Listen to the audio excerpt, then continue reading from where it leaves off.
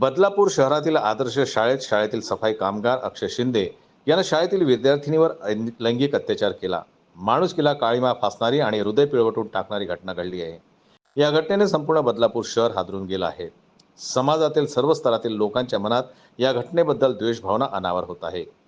एकीकडे सरकार बेटी बचाव बेटी पढावचा नारा देत आहे आणि दुसरीकडे त्याच बेटीची सुरक्षा काहीच नाही असा सवाल आता जनसामान्यामध्ये निर्माण झालेला आहे. शाळेतच जर मुली सुरक्षित नसतील तर देशाचं भविष्य आता कसं घडू शकेल, अशा प्रकारची भावना लोकांच्या मनामध्ये उत्पन्न झालेली आहे आणि चिंतेचं वातावरण यामुळे निर्माण झालेलं आहे. शाळेतील विद्यार्थ्यांना शाळेतच सुरक्षितता मिळत नसेल तर शाळा प्रशासन काय करत होतं? शाळेच्या प्रशासनावरच प्रश्नचिन्ह निर्माण होतं.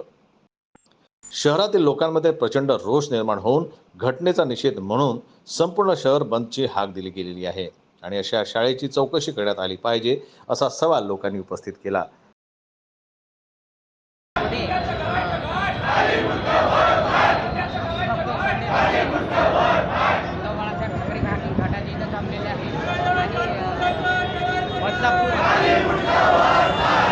बदलापूर या ठिकाणी अत्याचाराच्या निषेधार्थ हा मोर्चा यांनी इथं काढलेला आहे.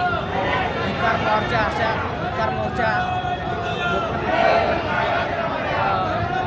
गृहमंत्री यांच्या नावाच्या हाय हाय अशा घोषणा पण इथं दिल्या जात आहे.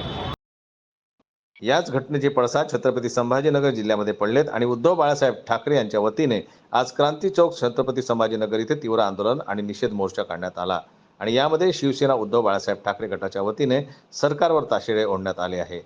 महाराष्ट्राचे मुख्यमंत्री आणि राज्याचे गृहमंत्री यांनी राजीनामा द्यावा अशी मागणी यावेळी करण्यात आली. घटना घडून 12 तासाच्या नंतर गुन्हा दाखल होतो हे संशयास्पद आहे असे आंदोलनकर्त्यांचे म्हणणे आहे. लवकरात लवकर पीडितेला न्याय मिळावा आणि दोषीला फाशीची शिक्षा व्हावी अशी मागणी यावेळी करण्यात आली. जनमत लाईव्ह न्यूज छत्रपती संभाजीनगरवरून दिलीप वरगड यांची रिपोर्ट.